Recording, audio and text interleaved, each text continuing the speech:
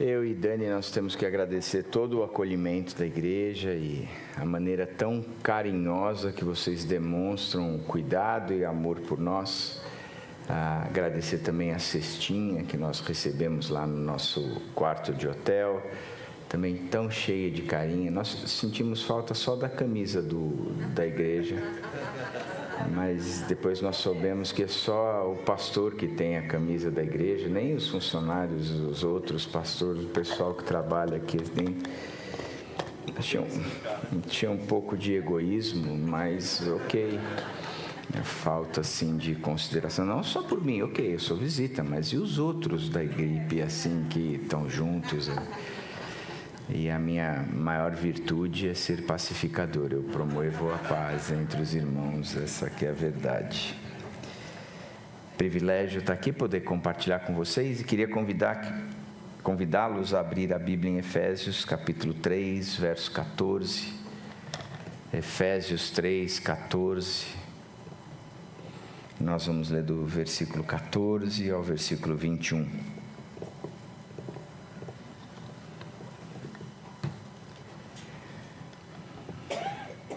Mas seria bonito uma igreja com a camisa assim, da igreja, né? Eu preciso de inimigo, né? Nedson, você tem uma? Não?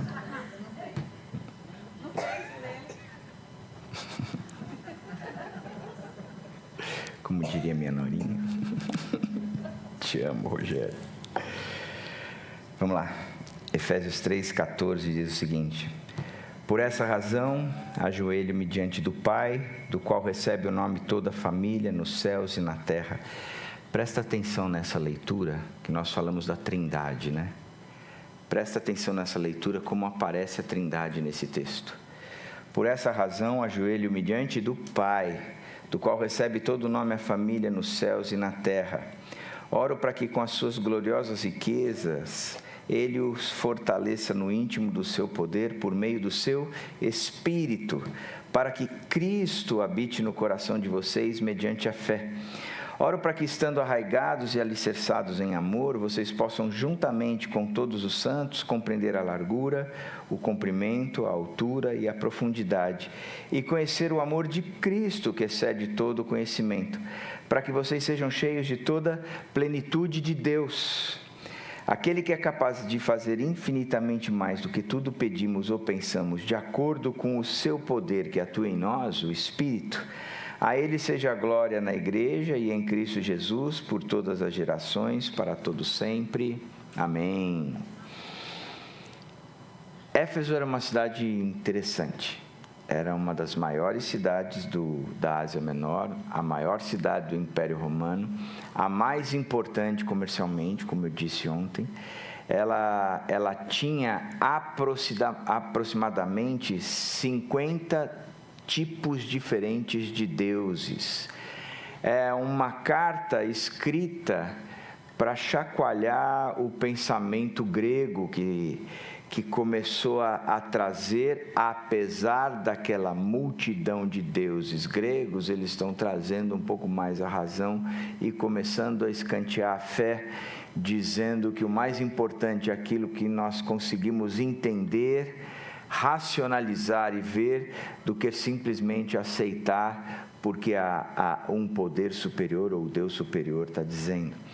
Então, quando Paulo no capítulo 4 vem trabalhando o conceito de que nós precisamos ser renovados no modo de pensar, na verdade ele está dando uma dura nos gregos, dizendo o modo que vocês têm aí de pensar está errado, precisa ser renovado nessa questão toda. Aqui nessa carta e nesse trecho, ele vem falar de orações que ele tem feito em relação ao pessoal que era cristão e que se reunia naquela igreja.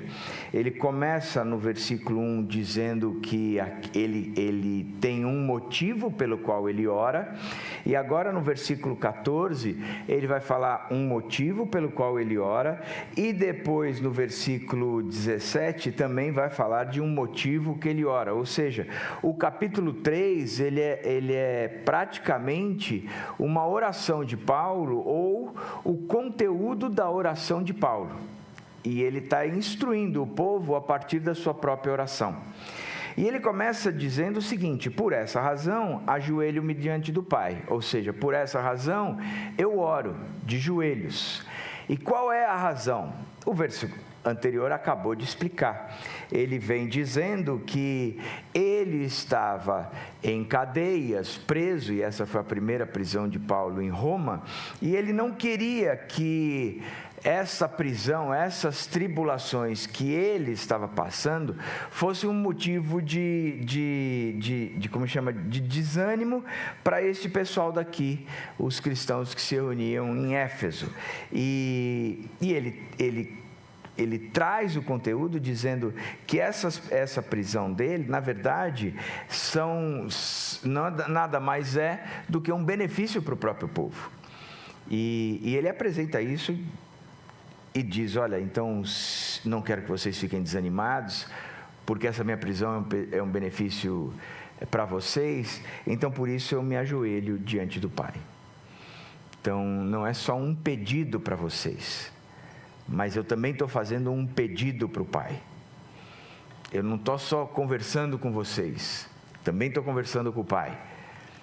E ele traz de forma brilhante este conceito de estar falando aqui, mas também estar falando aqui. E aí ele diz: olha, eu estou falando com o Pai, do qual recebe o nome toda a família nos céus e na terra. Ele está dizendo, não é um pai qualquer, mas é o pai da nossa família. E a nossa família é uma família que está e que faz parte tanto do céu como na terra. Engraçado como essa oração, ela traz essa dimensão, porque ela traz a mesma dimensão que Jesus Cristo trouxe na oração que ele nos ensinou. Pai nosso que estás nos céus, santificado seja o teu nome, venha o teu reino e seja feita assim a tua vontade, tanto na terra como no céu. Ele traz uma dimensão de terra e céu, de como é que a terra e o céu convivem juntos. Ele deu uma dica, quando ele diz, eu estou pedindo para vocês, mas eu também estou pedindo para o Pai. Então Paulo, ele está dizendo que ele vive nessa esfera aqui, mas também vive nessa esfera aqui. Vira a tua página e vamos ler o verso 1 do capítulo 1, a introdução dessa carta. Paulo, apóstolo de Cristo Jesus pela vontade de Deus, ele se apresenta na carta, ele diz, eu sou o remetente, e o destinatário é aos santos e fiéis. Que santos e fiéis são esses? Os que estão em Cristo Jesus e em Éfeso. Ele está dizendo, eu estou dirigindo àquele povo que está em Cristo Jesus e em Éfeso.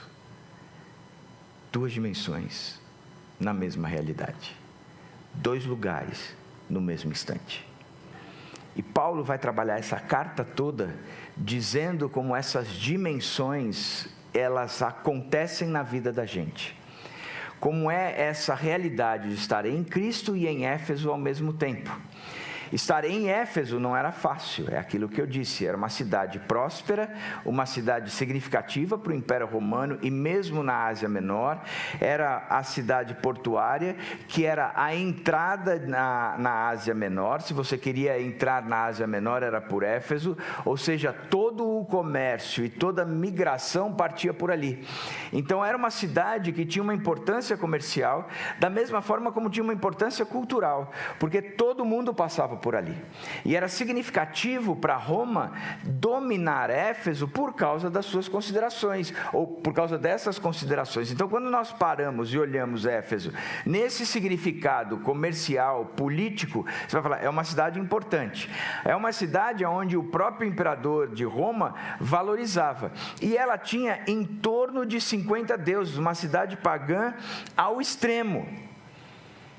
Então, viver em Éfeso para um cristão não era fácil, porque viver em Éfeso, você tinha a realidade daquele consumismo todo daquela cidade, da cultura toda daquela cidade, da importância geográfica toda daquela cidade, do significado da cidade para a questão política daquela época.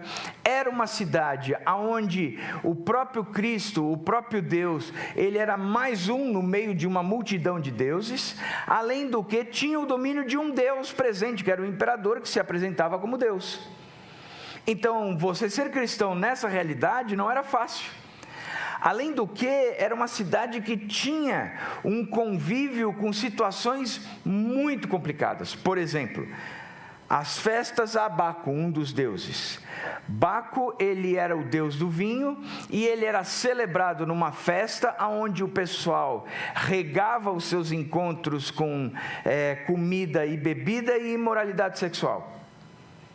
Saíam ali da sala, iam para uma outra sala, vomitavam para poder voltar e continuar comendo e bebendo e na imoralidade sexual. Isso era padrão, era default na cidade. Era dessa forma que eles cultuavam. Eles tinham um templo que foi considerado uma das 7 maravilhas do mundo antigo, o templo de Diana. Era uma caçadora, Artemis, Diana, Artemis era uma caçadora, mas também tinha um cunho sexual. Existia ali uma adoração muito voltada às práticas sexuais. Ou seja, era uma cidade que não favorecia de fato nenhum o fato de ser cristão. Porque existia nessa cidade algo que era muito contrário ao que era ser cristão. E Paulo diz, eu estou escrevendo essa carta aos santos e fiéis que estão em Cristo e em Éfeso ao mesmo tempo. Estar em Éfeso, vocês sabem o que é. Agora eu quero ensinar para vocês o que é estar em Cristo. E ele faz uma abertura de carta linda, dizendo o que é estar em Cristo. Ele começa a partir do capítulo 3, dizendo que nós que estamos em Cristo, já fomos abençoados com toda a sorte de bênçãos celestiais, bênçãos espirituais nas regiões celestiais em Cristo. Toda a sorte de bênção. E por quê? Porque Ele nos escolheu antes. E nos escolheu para um propósito, sermos santos e irrepreensíveis em Sua presença. Ele nos predestinou para sermos adotados como filhos. Então ele está dizendo o seguinte, estar em Cristo é ser abençoado com toda a sorte de bênçãos nas regiões espirituais em Cristo Jesus, toda a sorte de bênçãos espirituais nas regiões celestiais em Cristo Jesus, porque Ele nos escolheu já para sermos santos e irrepreensíveis, e Ele nos predestinou para nos adotarmos como filhos. Isso é estar em Cristo Jesus. Não é que isso acontecerá, isso já aconteceu. Nós já estamos em Cristo Jesus, e porque estamos em Cristo Jesus, já temos toda a sorte de bênçãos, já fomos adotados como filhos, e já estamos no caminho da santidade e da irrepreensibilidade. Esta é a verdade. E ele vem trazendo tudo isso e ainda continua dizendo, tudo isso acontece por causa do Evangelho revelado em Cristo Jesus. E ainda tem mais. Nós que estamos em Cristo Jesus, já recebemos tudo isso e fomos selados com o Espírito Santo. Selado significa, o Espírito Santo habita em nós. Nós temos uma marca. Nós temos uma garantia. Nós temos um selo. Sabe quando você coloca aquela etiqueta na orelha de um gado, que define quem ele é? Pois é, nós temos isso. Nós temos esse selo que é o Espírito Santo de Deus, que habita em nós. Ele habita em nós. E aí ele continua dizendo, sabe o que é estar em Cristo Jesus? Estar em Cristo Jesus é porque antes nós estávamos mortos, mas agora nós estamos vivos, porque Ele nos deu vida, mesmo estando nós mortos nas nossas transgressões e delitos, Ele nos deu vida. E não tem nada a ver com a gente, tem tudo a ver com o amor dele por nós, porque Ele é rico em misericórdia e pelo grande amor que Ele tem por nós, Ele nos deu vida. Estávamos mortos, mas agora estamos vivos, com toda a sorte de bênçãos espirituais nas regiões celestiais. Fomos escolhidos e predestinados para sermos santos, irrepreensíveis e adotados como filho, selados pelo Espírito. E isso acontece por causa da fé e da graça, e não tem nada a ver com a gente, não por obras, para que ninguém se glorie. Isso é estar em Cristo Jesus. E olha, pessoal de Éfeso, olha, pessoal grego, vocês são gentios, vocês não são judeus, vocês são gentios. A princípio parece que a promessa foi dada aos judeus, mas não é bem assim. A impressão que dava é que existiam dois povos, os judeus e os gentios, e vocês não se davam bem. Mas estar em Cristo é ter compreendido que esse muro da inimizade foi quebrado em Cristo Jesus, e dos dois povos Ele fez um. Isso é estar em Cristo. Isso é estar em Cristo. Essa é a nossa realidade. É onde nós estamos assentados. É dessa maneira que nós vivemos. Isso é tão interessante que ele vai passar o texto todo de Efésios falando desse muro de inimizade que foi tirado e que dos dois Ele fez um. E ele coroa essa ideia quando ele chega no capítulo 5. E aí ele vai dizer: sujeitem-se cada um uns aos outros por temor a Cristo. Ele vai falar o seguinte: marido e mulher, o muro da inimizade foi tirado, e agora dos dois foram feitos um. Então, mulher, você pode ser submissa, e marido, você pode amar, porque não há mais inimizade entre vocês. Pais e filhos, agora dos dois foram feitos um. Por isso, filho, você pode honrar seu pai, e pai, você pode não provocar o seu filho a ira, porque dos dois foram feitos um. Senhores e escravos, agora vocês podem conviver bem, porque o muro da inimizade foi tirado, já não há mais barreira entre vocês. Portanto, em Cristo Jesus, o Senhor e o escravo são um. Porque no reino de Deus é o único lugar onde um senhor aprende com um escravo. Filemão está aí para nos ensinar. Então, estar em Cristo e em Éfeso é isso aí. Estar em Cristo e em Londrina é isso aí. Nós já fomos abençoados com toda sorte de bênçãos nas regiões celestiais. Nós fomos adotados e escolhidos para sermos santos e irrepreensíveis. Nós fomos selados pelo Espírito Santo. Nós estávamos mortos e Ele nos deu vida. E ainda Ele fez o maior. Dos vários, Ele fez um.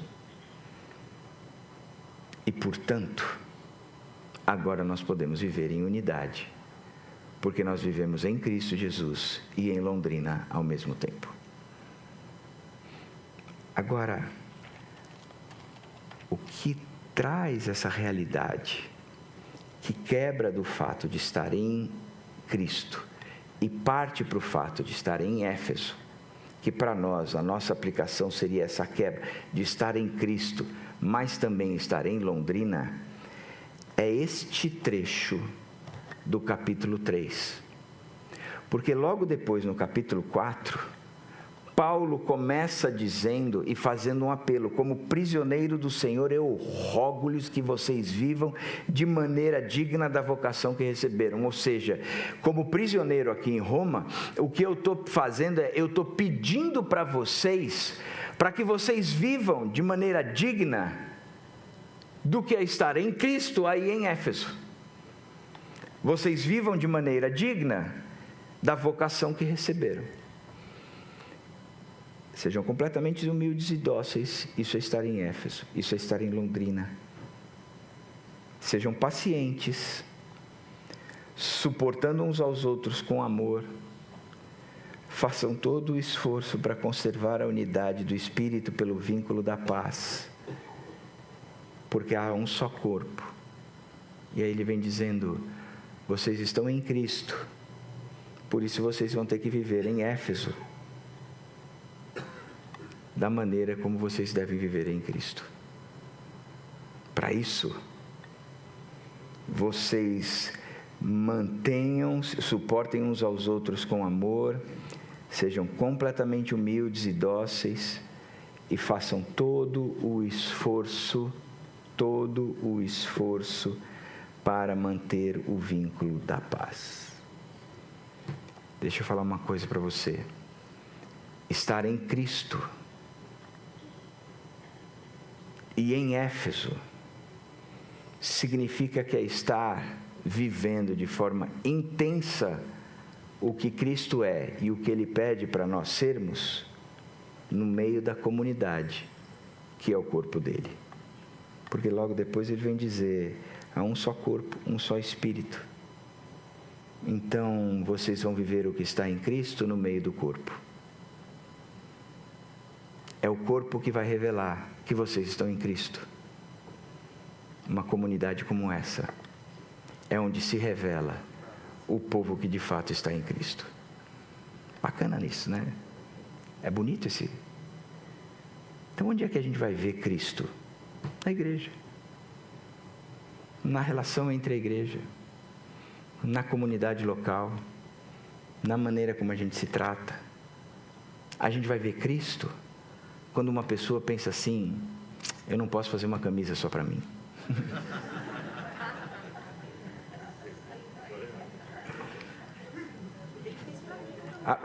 Nem para mim, nem para minha esposa. Afinal, o corpo é a igreja, não é só nós dois, né?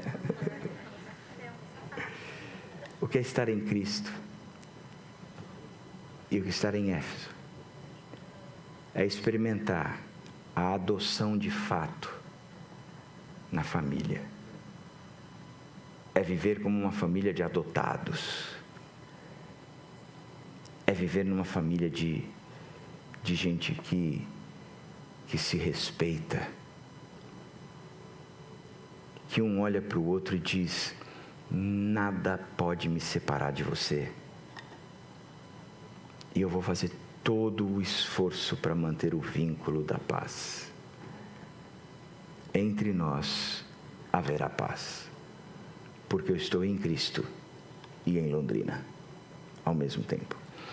E essa oração, duas orações que Paulo faz no final do capítulo 3, para iniciar o capítulo 4, ele diz o seguinte: oro para que com as suas gloriosas riquezas Ele os fortaleça no íntimo do seu ser com poder por meio do seu Espírito, para que Cristo habite no coração de vocês mediante a fé. Olha que coisa interessante, só beber água, gente.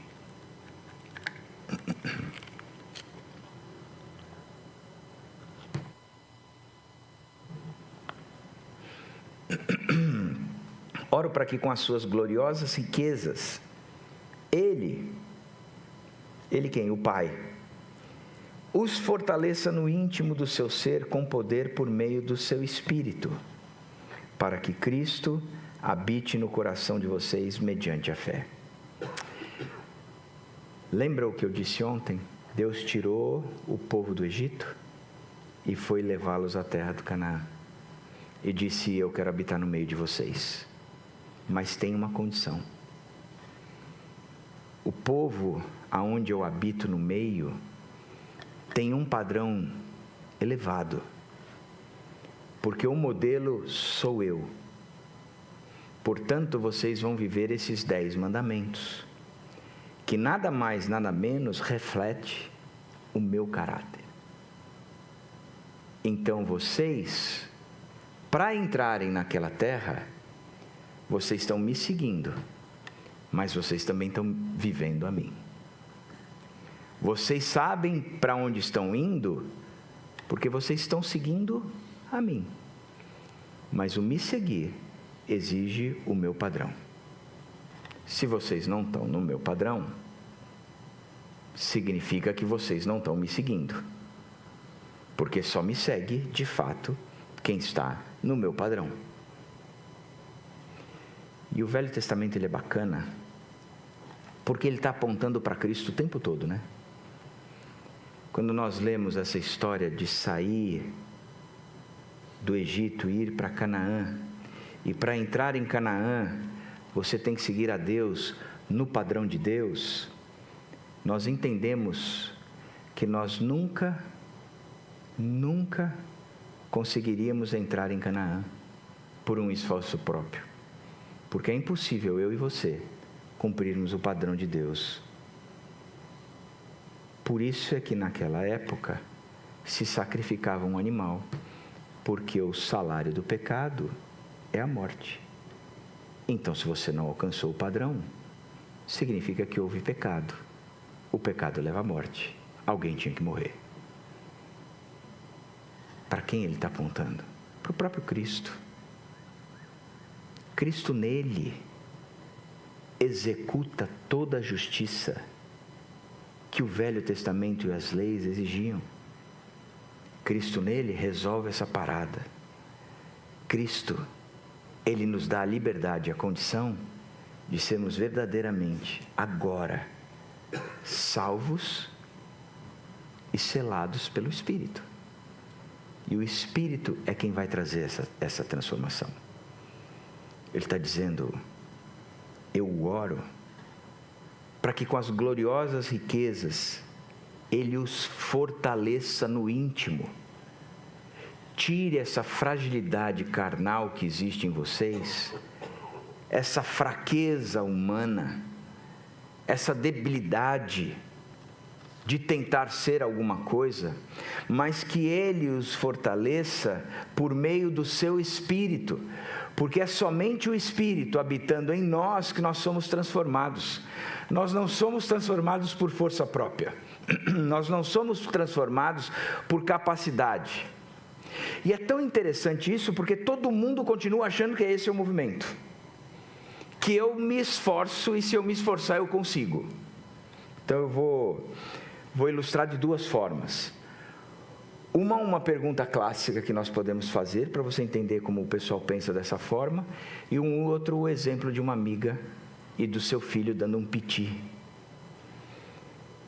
No exemplo clássico, você vai perguntar, e eu te desafio a fazer isso essa semana. Senta com um amigo que não conhece a Jesus e faz a seguinte pergunta, aquela pergunta clássica do evangelismo explosivo, né?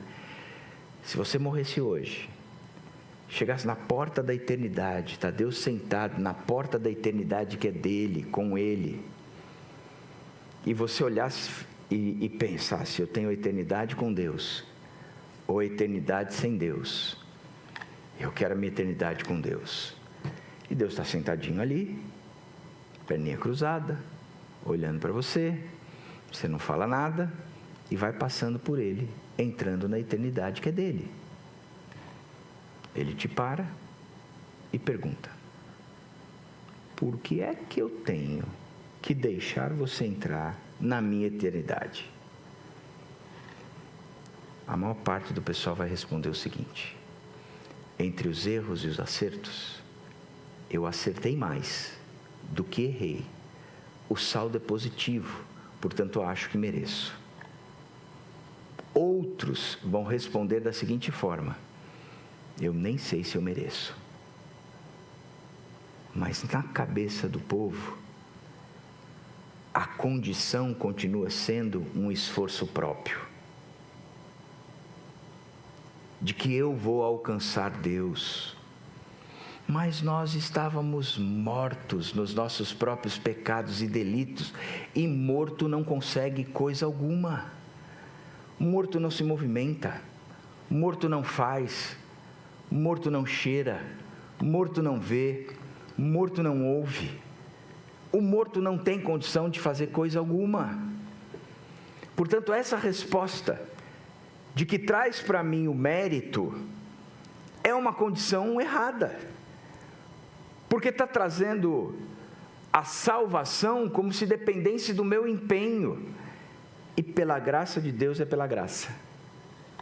Não tem nada a ver comigo, mas tem a ver com o movimento de Deus.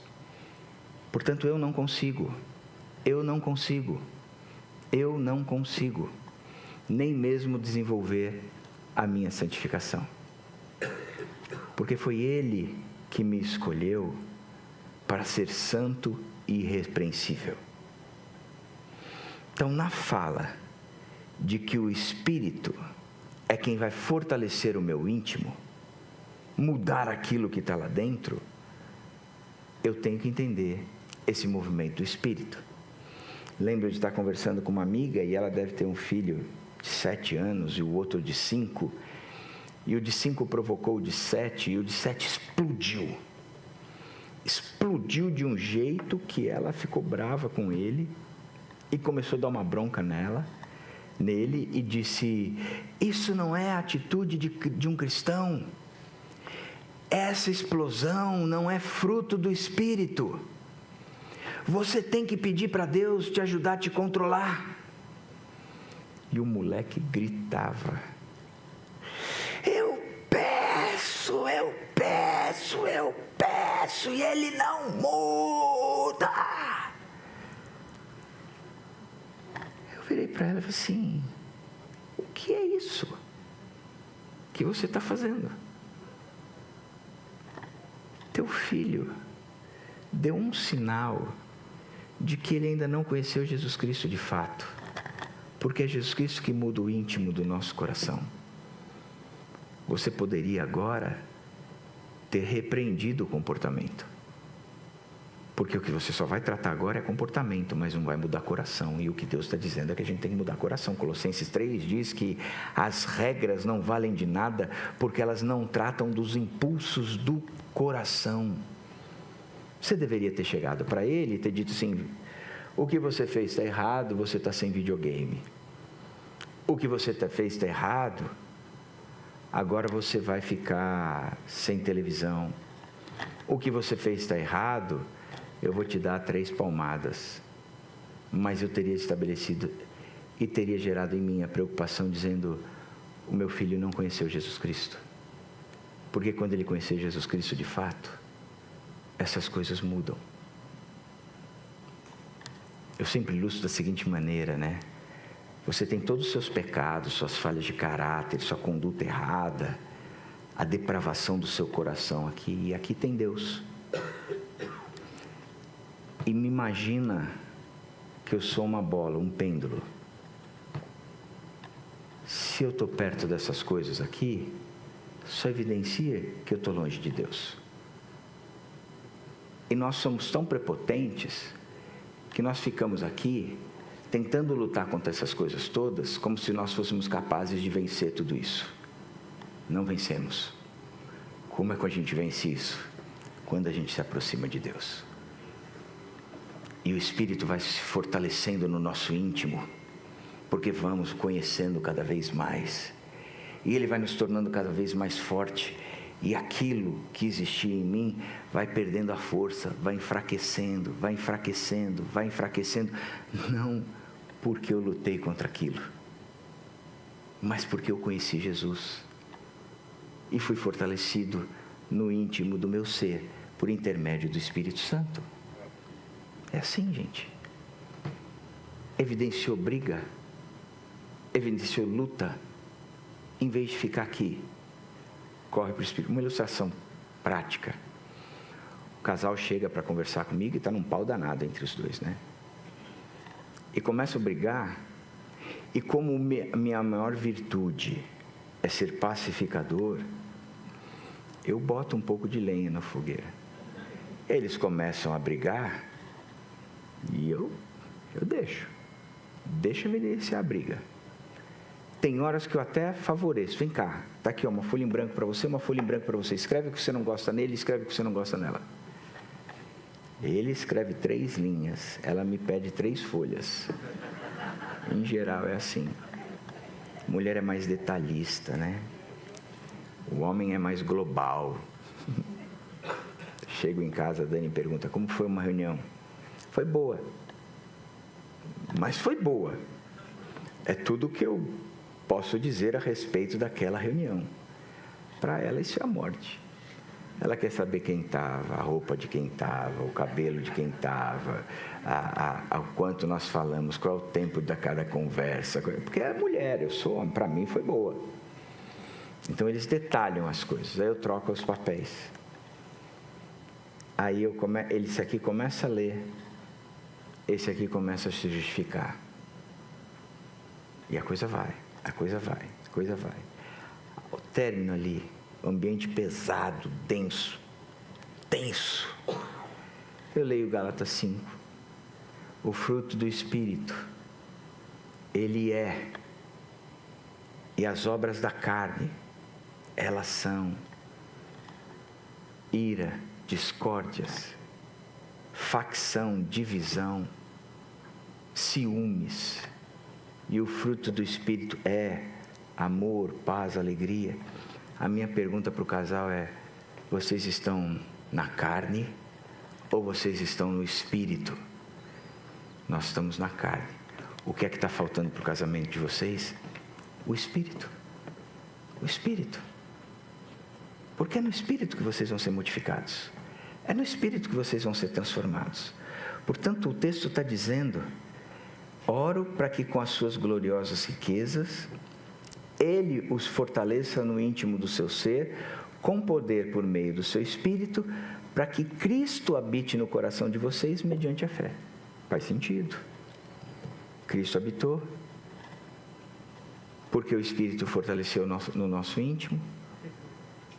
Portanto, agora nós refletimos o ser da família do Pai, essa família que recebe o nome nos céus e na terra. Segunda coisa é que ele vai orar de novo.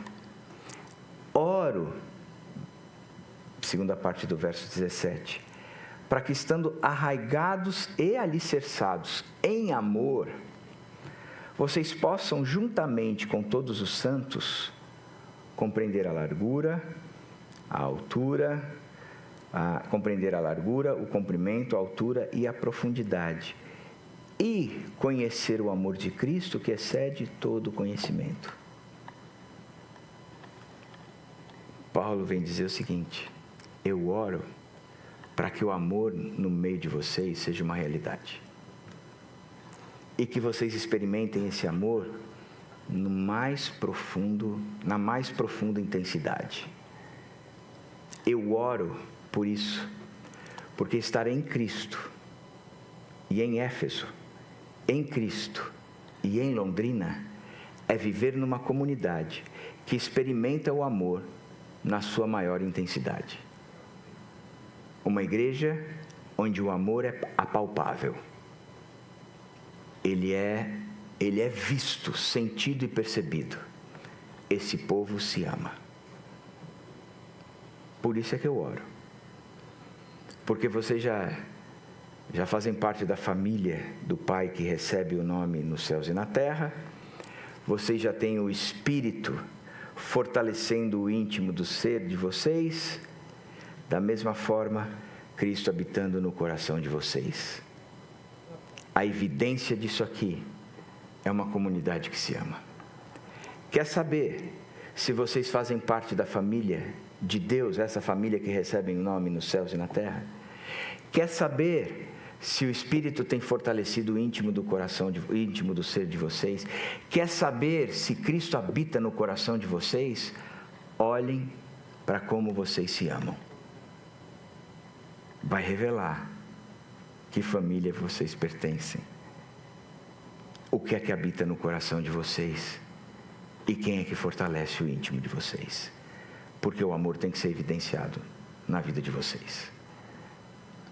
E vocês vão poder experimentar a altura, o comprimento, a largura, a profundidade do amor de Cristo. Olha que coisa interessante. Dos dois, eu fiz um. Porque vocês estavam mortos e agora vocês estão vivos. Porque vocês já foram abençoados com toda a sorte de bênção nas regiões celestiais em Cristo Jesus. Porque vocês foram escolhidos, predestinados para serem santos e irrepreensíveis, adotados como filhos. O Espírito habita no meio de vocês. Então, por causa disso, dos dois, eu fiz um. Então, essa aplicação se estende para a igreja. Na igreja, não existe mais como pessoas dentro da comunidade. Aos olhos de Deus, é um corpo só. Aos olhos de Deus, é um povo só. Aos olhos de Deus, é um edifício só. E dentro da igreja, o amor tem que ser a marca primária. Por isso é que ele vem descrevendo depois, façam todo o esforço, assim por diante. Eu tirei o muro da inimizade, portanto, marido e mulher, vocês podem ser um. Eu tirei o muro da inimizade, portanto, pais e filhos, vocês podem ser um. Eu tirei o muro das inimizades, agora, servos e senhores, vocês podem ser um. Então, porque agora vocês podem ser um, a marca de vocês tem que ser o amor. E essa é a grande característica de vocês. Vocês vão se amar de forma integral. Porque quando ele está falando da altura, da largura, do comprimento e da profundidade, o que ele está dizendo é: não tem espaço para mais nada a não ser o amor nessa esfera universal. Porque está tudo preenchido pelo amor, e dentro da igreja, a igreja está imersa nesse amor. Ela vive esse amor. Ela experimenta esse amor. Ela desfruta desse amor. E aí ele termina dizendo: para que vocês sejam cheios de toda a plenitude de Deus. Para que Deus esteja em todos os espaços da comunidade de vocês. Agora olha que interessante. Aquele que é capaz de fazer infinitamente mais do que tudo o que pedimos ou pensamos, de acordo com o seu poder que atua em nós. A Ele seja a glória na igreja e em Cristo Jesus, por todas as gerações, para todos sempre. Amém.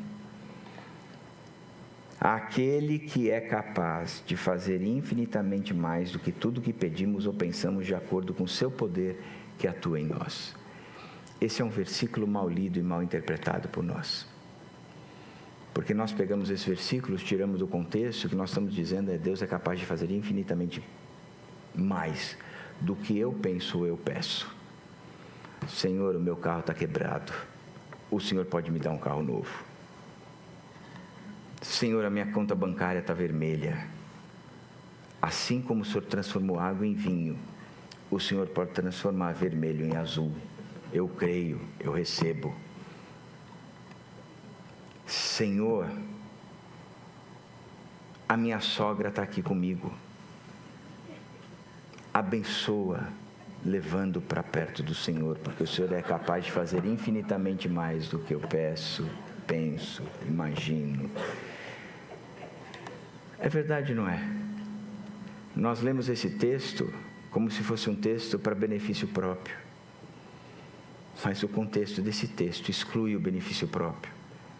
Ele diz que Ele é capaz de fazer infinitamente mais do que tudo que pedimos ou pensamos, para que a nossa comunidade possa experimentar o amor em sua totalidade, em sua integridade, para que a nossa comunidade possa viver no Espírito, de forma dependente, totalmente, para que Cristo habite ricamente nos nossos corações, para que a nossa igreja seja vista como uma igreja de Deus de fato, que tem toda a plenitude de Deus em nós. Por isso, quando nos reunimos em oração, na certeza que Ele é capaz de fazer infinitamente mais do que tudo que pedimos ou pensamos, de acordo com o seu poder que opera em nós, e não em mim, mas é em nós. Texto mal lido, texto lido de forma egoísta, texto lido de forma que exclui o movimento de Deus, e por isso que a gente vê tanta gente frustrada, porque pede, não recebe porque pede mal, e pede mal porque não entende o que tem que pedir.